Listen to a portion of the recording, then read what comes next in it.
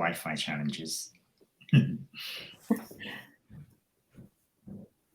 Great, we are good to go. Welcome, everyone.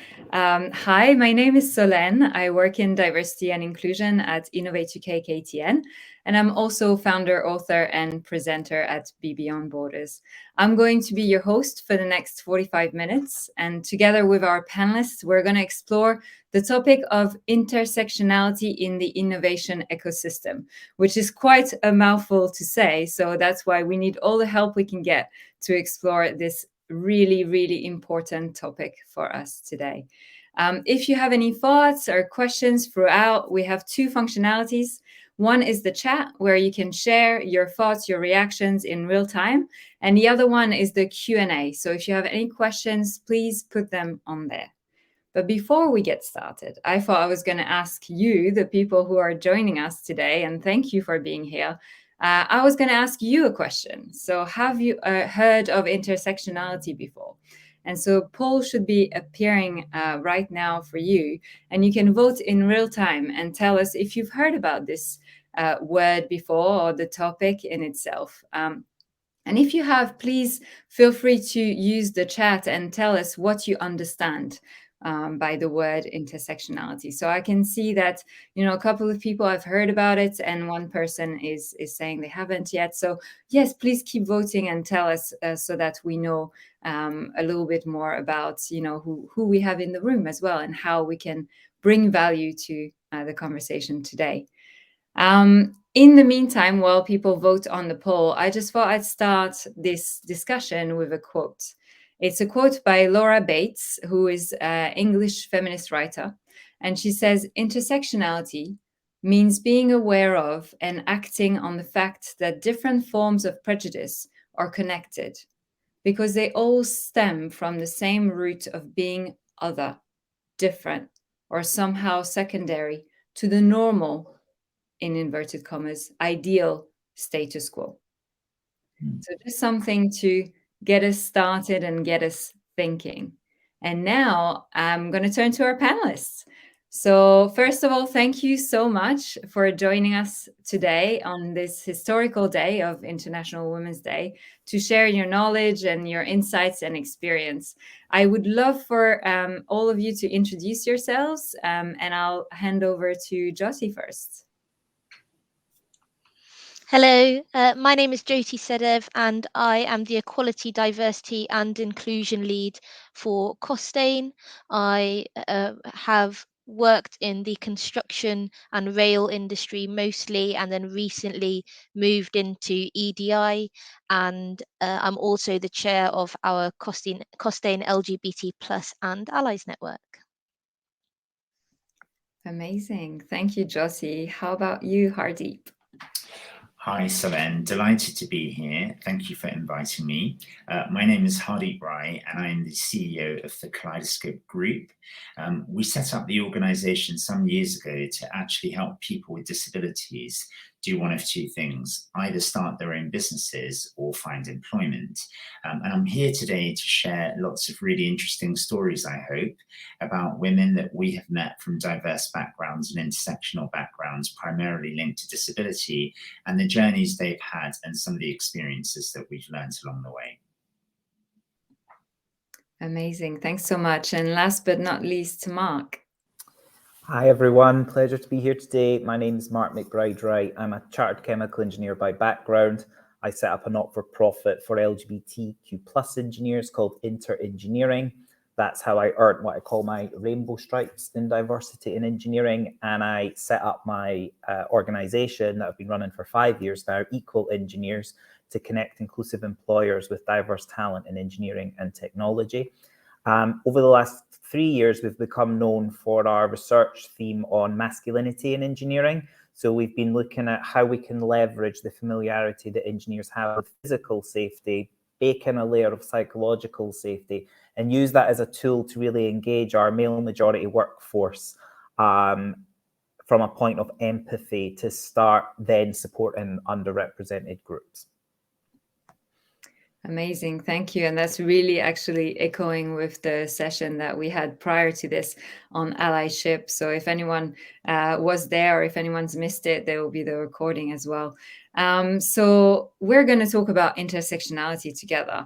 And I can see in the poll that we have 63% of people said that they've heard of the term, and 36% said that they haven't.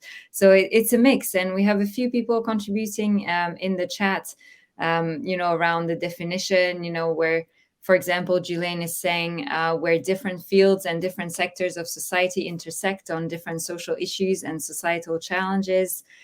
We've got Marie talking about intersectionality being a really important topic, about the effects of different forms of prejudice. So a variety of definitions from, the kind of societal, corporates, to the more individual level as well. So I'd love to turn to you, our panel, and we might start with you, Hardeep, if that's okay. Can you tell us a little bit about what you understand by the term intersectionality, especially in the context of innovation? So would you believe I only heard about this term about a year and a half ago, Solen. So it was actually really quite recent. And it was Sam, who was in our recruitment team, that was talking about hiring people that were from a BAME background, as well as an LGBTQ background, together with a disability.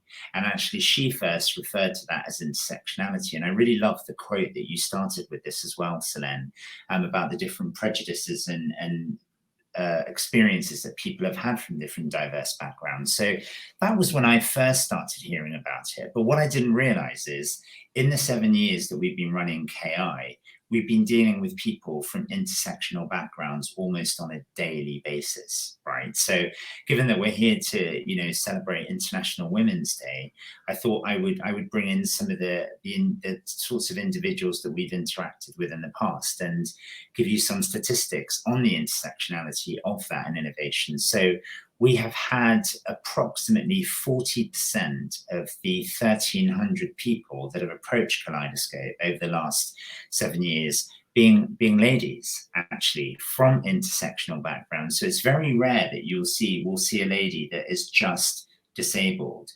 She'll be disabled and she'll be from a BAME background, or there'll be an LGBTQ plus sway to it, or there'll be different types of diversity groups.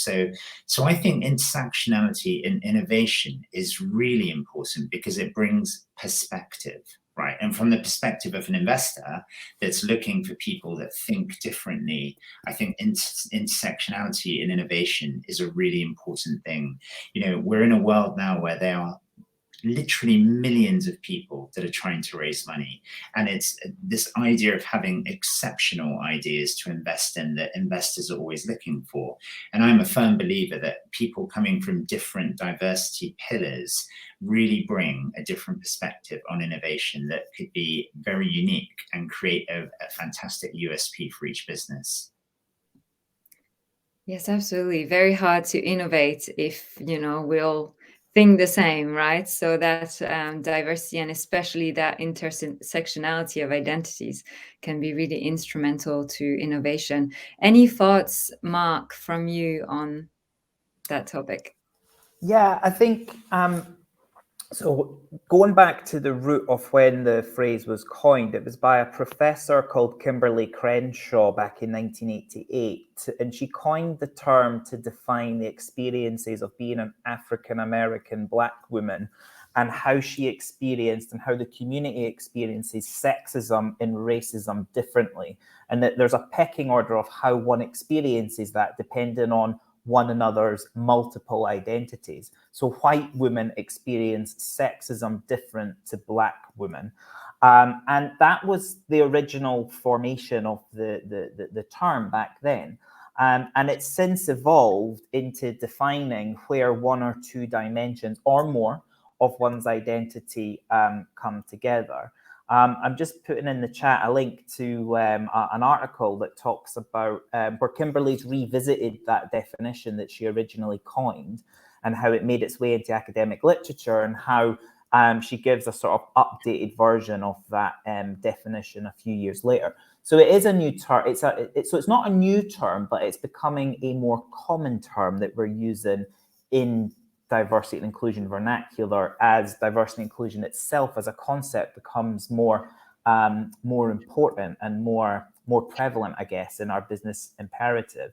And, you know, when I first heard the term, it was at an event about 4 or 5 years ago by London Youth, which are a charity that help young students from low socioeconomic backgrounds in London. It was the first time I heard the history and the definition of the term intersectionality.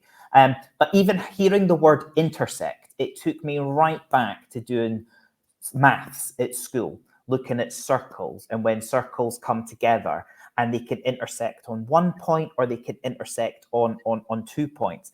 And I've literally just done a quick Google to just remind those visualizations in my head again. And if you think about that as yourself being that circle, or different circles representing different bubbles of your identity, where in circumstances in life do those 2 elements or 3 elements or 4 elements come together? There'll be different situations where, depending on who you are either more privileged or less privileged relative to the majority group at that particular context. And it's being tuned into that. When you have a privilege, how can you use it as a force for good to help others that are maybe living through increased barriers to entry due to the fact that they've got intersectional identities where the combination of each is part of an underrepresented group. So, you know, that's sort of that's what I have in my mind as intersectional identity. I'm gay, I'm from a low socioeconomic background. So they're the sort of 2 buckets where I tend to be underprivileged relative to the rest. Otherwise, I'm white, I'm male, I'm cisgendered, I'm able-bodied. So I've learned to get comfortable using my voice with my privilege to help advocate for underrepresented groups. I used to feel very nervous. I used to feel, even when starting to talk about race and ethnicity, my voice used to go down when I'd say the word black, as if it's sort of like a topic that we can't talk about when we say black. But, you know, actually saying it with confidence and recognizing the differences in you know, systemic issues that we have is what we need for people in majority groups. So do some self-reflection. What's your intersectional identity when it comes to the protected characteristics of the Equality Act? And then how can you leverage that in different contexts that you find yourself in? You make such a great point and a great transition for us in terms of we're all diverse and we're all sitting at different intersectionalities. And the diversity and inclusion conversation has started, which it needed to in many ways, around different groups separated from each other. And now with that concept of intersectionality, it's how do we talk about common experiences across different groups, but also within an individual, across all of the identities that form the unique humans that we are. And that's going to transition us to a little bit of a personal, let's get personal together. I'll start first with a poll for everyone who's here with us. We'd love to hear from you. Have you thought about your intersectionalities, the intersectionalities of your own identity before? And maybe you've just started thinking about it in the last, 5-10 minutes, or maybe this is something that's, been in your mind for a long time. So we'd love to hear a bit more from you, and feel free to pop your own experiences in the chat as well. Jyoti, I'm going to come to you first. Can you tell us a little bit more personally about your intersection of identity that make you unique? Yeah, sure. Thank you. So I guess at a high level, I'm a cisgendered woman. I'm Indian. I'm brown. Born in England. I'm a lesbian, openly gay.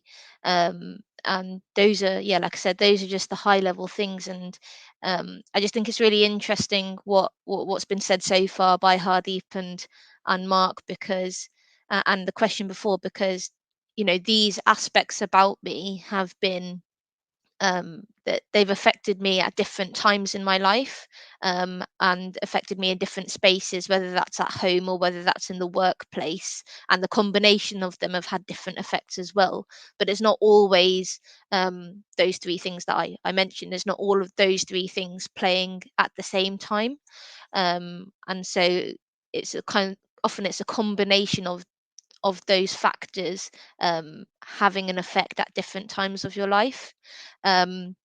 So I guess part of that for me, so being gay and being brown was quite a difficult combination. So coming out to my family, coming out to extended family as well, which is, I shared with Selene, something I've only done a few weeks ago, having come out to my my unit family, I suppose, a few years ago. So, you know, it's always part of an experience and a journey doing that. Thank you for the hearts. That's appreciated. So yeah, so that's been in itself quite difficult. But then coming into construction, for example, actually it's being a woman, being quite a small woman, in that space, like I've definitely felt a different kind of discrimination or experience as a result of that. And that's not really been affected by my sexuality or my skin color, as far as I'm aware personally.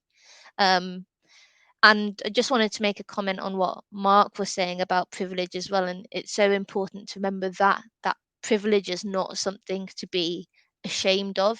For a lot of it, it's something that's unearned. We don't choose it. We're often born into it. We're born with many aspects that may relate to privilege, but it's about how we can use that to give us a platform to undo the systemic discrimination that exists. So yeah, I just really wanted to highlight that, because just because I haven't experienced straight privilege, for example, because I'm gay, that doesn't mean that I haven't experienced privilege in other spaces, and vice versa. Just because I've got privilege in other spaces, it doesn't mean that I haven't had negative experiences because of belonging to other marginalized groups. So that comes back to that intersectionality. It's all a spectrum in so many different dimensions, that yeah, it's not just one label. Absolutely. Thank you so much for sharing that, and totally echoed with me, and through the hearts I could see with others as well. Gosbert has joined us, which is brilliant. Gosbert, welcome to the panel. I'd love to take this opportunity if you'd like to just introduce yourself and tell us straight away about your intersectionality of identities. Yeah, hi everyone. Apologies for my tardiness, but yeah, hi everyone. My name is Gosbert Shagul. I'm co-founder of Startup Discovery School. We typically work at, I guess, the intersection of kind of, ESG work and sustainability in the startup world, running a series of programs for our partners. I guess for me, intersectionality, like the previous speaker, is a bit of a complex process. And for me, I guess it sits across several strands. And that is firstly, I guess, my own heritage. I'm British born, but of Tanzanian descent.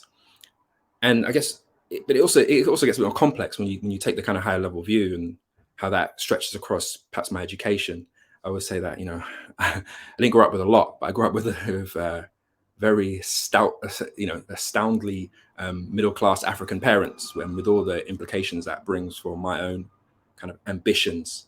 So balancing that with being both a Black Briton of African descent, perhaps growing up in a working class area in London, but also having this element of kind of privilege of, I won't say inborn, but inherited ambition from my parents, who are conversely very, very educated. If I look around, if I compare that to some of my peers that I grew up with and spent a lot of time with, when young. And, I think this has definitely allowed me, as you only realize by looking back, has allowed me to kind of navigate certain rooms, go into rooms without feeling necessarily out of place, but at times an outsider. And I'm sure this is something which we'll get into later, is perhaps often left me and I'm sure others can resonate as the one in the room almost, or the whole kind of model minority. And I'm sure working in an innovation ecosystem often maybe a symbol of what the potential the innovation ecosystem and education system can provide, and its equality. And so that's it's left a lot of kind of complex feelings of both, perhaps feeling an insider and outsider, but also perhaps sometimes a symbol inadvertently of, I guess, the opportunity that the system has provided, symbol of opportunity of what the system can provide, which I think has all sorts of implications, especially when doing some of the work that we do at Startup Discovery School, which is really at that intersectional angle when we're talking about the wider innovation ecosystem. Brilliant, thank you. I think you already started touching on so many different topics that we're going to explore very shortly. Hardeep, what about you in terms of the intersectionality of your identity? So again, like Gosbert, I am a British Indian. I've been born and brought up in the UK, lived in London most of my life, so quite sort of unimaginative from that point of view. However, disability struck my life in many ways, Selene. So as you know, in 2006, Ishan, my son, was born with a severe disability. He's got cerebral palsy. He introduced me into the world of disability from the perspective of a parent. And I would honestly say for 35, 36 years, the maximum that I knew about disability was a disabled parking bay. I'm embarrassed to say, I wasn't in a community where I had many friends with disabilities. I didn't really know, very much about it because I was so focused on money and wealth and hedge funds and that sort of world. And so Ishan changed my life overnight from the perspective of being a parent of a severely disabled child, and he's 15 years old up until today. And then my own mental health, to be very honest. More recently, I've started speaking about my own mental health, postnatal depression, suicidal thoughts, panic attacks, anxiety, all those things that you go through when you're faced with a situation that you don't know how to navigate. And I think for me, having a child, or having that child in those days when Ishan was sort of between the ages of, say, a few days old to 5 years old, that was the hardest time of my life. And, we talk about prejudices, and like you, Jyoti, from being from the Asian culture, disability is really frowned upon. You're considered to be, somebody that would have done something bad in your past if you're linked to a person with a disability, or if you are disabled, then what did you do to become disabled in the first place? Why did you deserve that? So there's some real difficult challenges that I faced during that disability era, and I think now being more open about it in the way we are, and having sessions and conferences like this where professionals can be open about these things, gives comfort to other people to be able to think about their own experiences and their own journeys, and how they can inspire other people to think differently. So just from the fact of this panel being so open about their own intersectionality, that's huge, right? That's huge. That says a lot. And I think that, for me, so the Indian and the other, although religion is not an intersectionality, but my father is Sikh, my mother is Hindu, and I'm a Christian. So funnily enough, from a religious point of view, sometimes people also tend to judge me from that perspective. But I would say, from the BAME community, Selene, as well as disability, those are my two main verticals on a personal level. It's very interesting that you said religion is not an intersectionality, because what makes us think that it isn't, or that it shouldn't be, is a big part of many people's identity and journey as well through the world. So something to reflect on there. Mark, you touched on your intersectionality earlier in your answer, but is there anything you want to add on that, or maybe share with us what benefits and challenges that have come from that? Yeah, sure. In terms of, so I've always been anchored in like being gay has been the sort of flagship cornerstone of my identity in terms of the thing that's underrepresented relative to society. When I started doing my diversity and inclusion training to clients, it really dawned on me actually that when we started doing, you know, privilege exercises where you ask a whole series of questions and people get partitioned out based on their answers, yes or no, that I'm from a working class background. You know, I don't identify with that anymore with, you know, what my husband and I have now as our nuclear unit. But growing up and looking back on my life, my mum had me when she was 16. I grew up on a council estate outside Edinburgh. The first in my family to go to university. And whilst at university, I didn't have access to the bank of mum and dad to help pay the bills. And I increasingly got into debt and had to apply to a access to learning fund, a scholarship at Imperial College, where I'd have to print off bank transactions and highlight anything that was over £100. And of course, flights back or trains back to Edinburgh were. I had to highlight transactions to like justify why my expenditure was so high. My peers studying engineering didn't have that. They didn't have that other, you know, preoccupying their mind. And I was working on the side of my degree as well. So looking back on it, could I have performed better? Maybe, if I didn't have that distraction. But at the end of the day, it's my history. It's what I come from, and it is sometimes easy to forget privileges that you move out of in life, or forget where you've come from, so to speak. So I always try and remind myself of that, especially when I'm doing career programs for, you know, when we're going into widening participation schools and all that, the work that we do at Equal Engineers, just taking yourself back to a moment in time where your diversity dimension, because some diversity dimensions you're born with and they stick with you, but your socioeconomic status can change and your disability status can change if it's something that you acquire either temporarily or permanently. So we can go in and out of certain groups with our personal identity. And so that's one learning point. And I'd say the other learning point has been moving from my not-for-profit Inter-Engineering to my social enterprise Equal Engineers, broadening out the focus into other strands of diversity. I've now grown more confident in being an advocate for other groups that I'm not part of, because I've taken the time to learn the lived experience, have proactively sought out groups from other underrepresented groups I'm not part of, because I'll never be able to speak on behalf of a community. That's not your role as an ally, but you can certainly ground yourself in empathy, in learning, reading up, getting curious about other groups. And I ran my first event for Black History Month in October 2017. I registered Equal Engineers on Companies House in July 2017. So it was like our first set of events.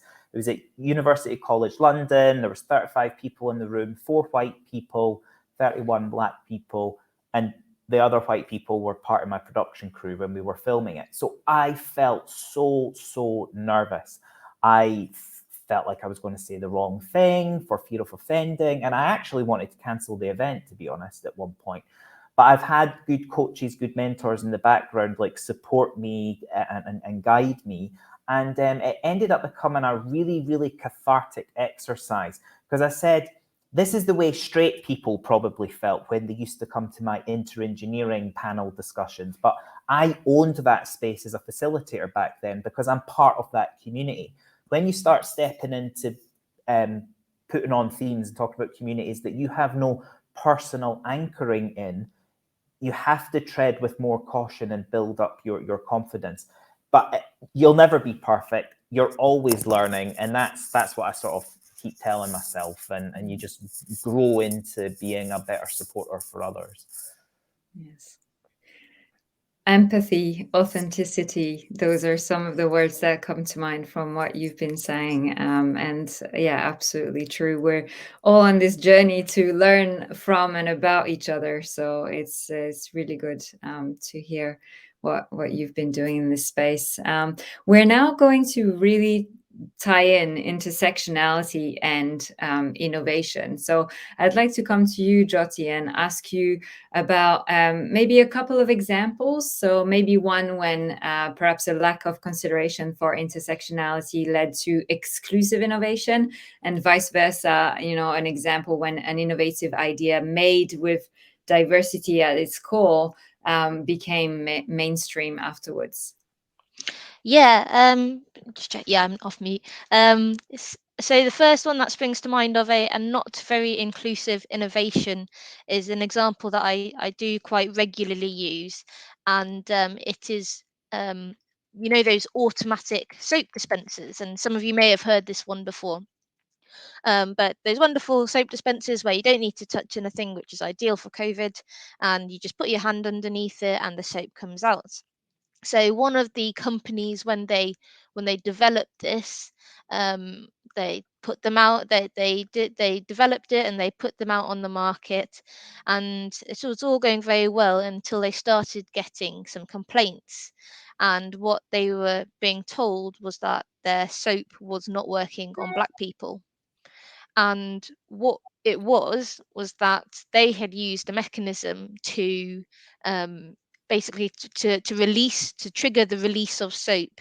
The idea is that you put your hand underneath and it reflects light off of the hand back to the dispenser, and then releases the soap. But because Black skin absorbs more light than lighter skin, then it wasn't reflecting enough light back to then trigger the soap. So I think it's really very clear that there was no person of color in that design team. There was no person of color in the test group either, because I'm certain that this would have been discovered much earlier than before it went out to market. I think that's a really clear example of just not having diversity in the design team, and the impact that can have a really non-inclusive solution that's come out of that.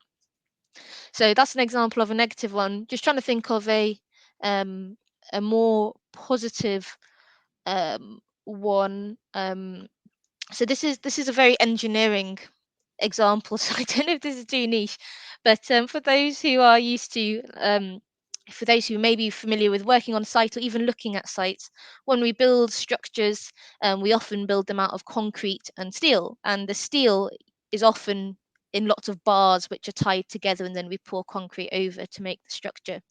And often, because these we call them rebar cages, so the steel cages are so big, you often find yourself having to walk across them because they're taking up a large area of the site and you need to access them. And it's actually very standard practice in countries, so it's typically Asian countries where people tend to have a smaller shoe size. They actually design the rebar to be close together for health and safety reasons, so people's feet don't go through the rebar cage and they risk getting trapped or getting caught. And actually, that's something that a lot of women now in the UK, for example, it's a problem that they've experienced on site, because women tend to have smaller feet than men, and so they are at a higher risk level walking on rebar cages. And it's not something that's been incorporated into British standards or Euro codes, as I'm aware, yet, but I'm hoping we can kind of see that consideration as our workforce is changing. Thank you for sharing those examples. I think it's really useful to think about, tangible ways that inclusion and considering intersectionality of identities can have a really tangible impact on innovation and on new products, new services. I always think about the straw example, how straws were developed with that bendy element to them. So that was initially for people with disabilities and also people in hospital who maybe didn't have access to their hands, their arms to pick up the glass, and obviously worked really well and became like a staple. Everyone was using these fancy straws, especially on holidays, nice little cocktail, or maybe it's just me. And then obviously now with the change towards sustainability, we've produced bamboo straws or metal straws, and a lot of them, if you've noticed, are straight. How are you supposed to drink from them, right? So again, it shows how what Mark was saying, our intersectionality, our identity can change, well, also innovation and times can change. So how do we make sure that in those rooms, in those processes, we always have an inclusive approach and we take into consideration different identities, different groups, so that we're not creating things that are not adapted to the populations that we serve. So talking about, exactly that, those barriers, those challenges that people with intersectionalities and diverse identities may face, especially when it comes to taking part in innovation and in the innovation ecosystem. I'm going to come to you, Gosbert. Can you tell us a little bit more about some of the barriers that you've noticed and that people face?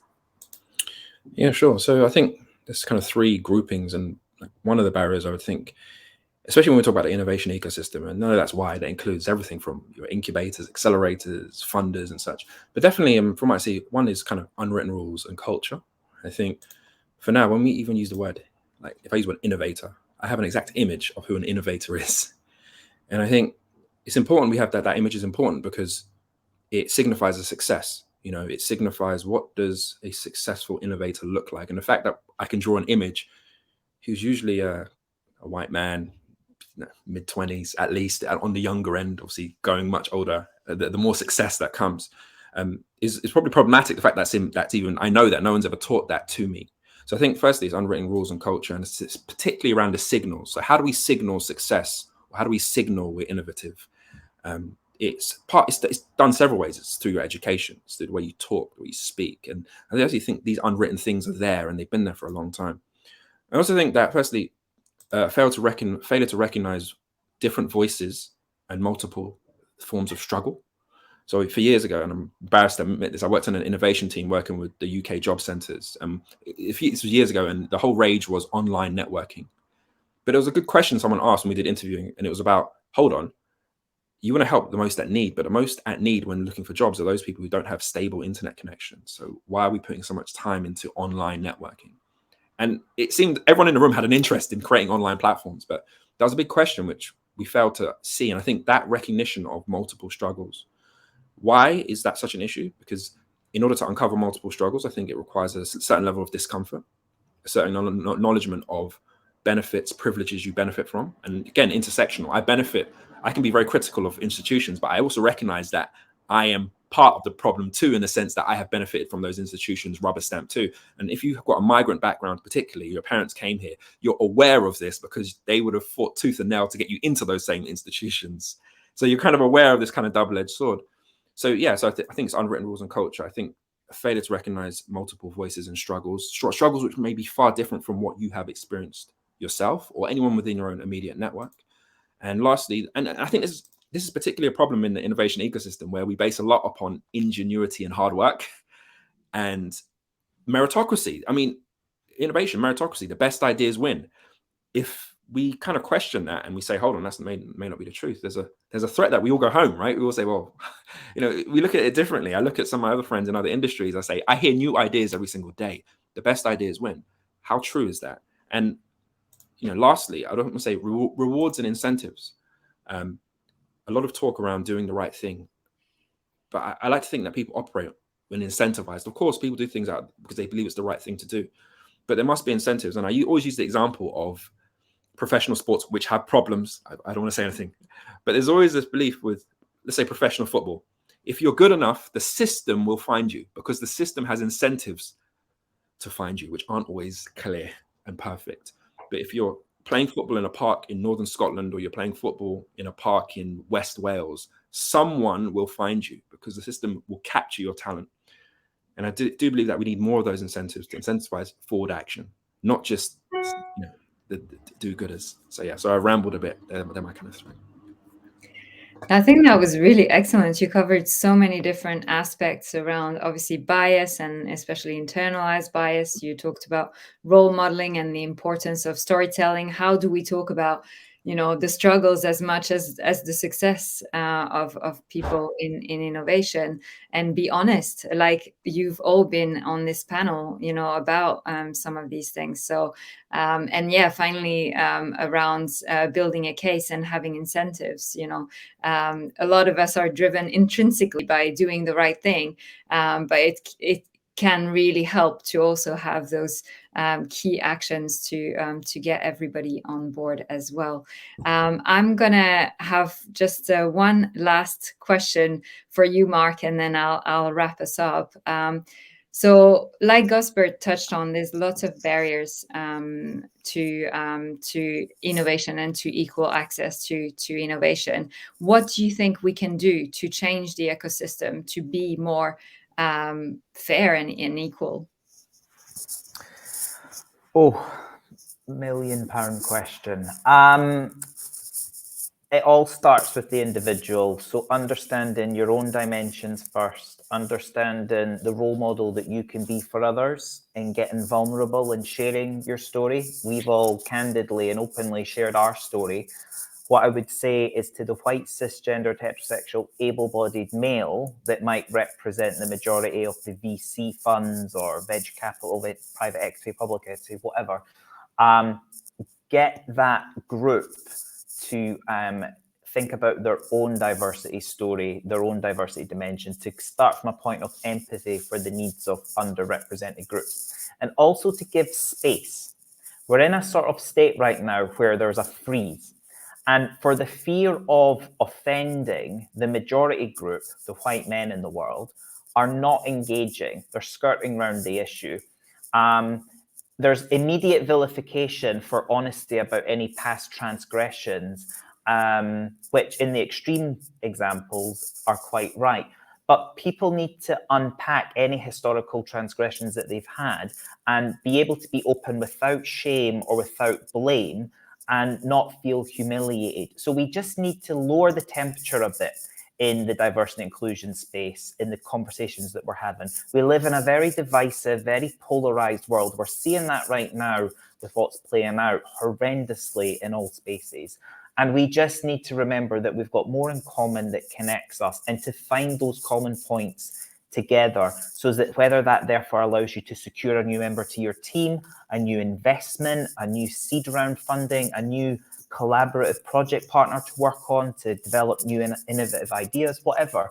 We need to get under the skin and understand one another's stories. Someone's already mentioned in the chat around like the hidden identities, neurodiversity, mental health. You know, there are sides to us that you have to proactively build connection and trust with people before they'll open up and share that. And whether we like it or not, we are all biased, and we need to challenge our biases in real time so that we can build connection with people.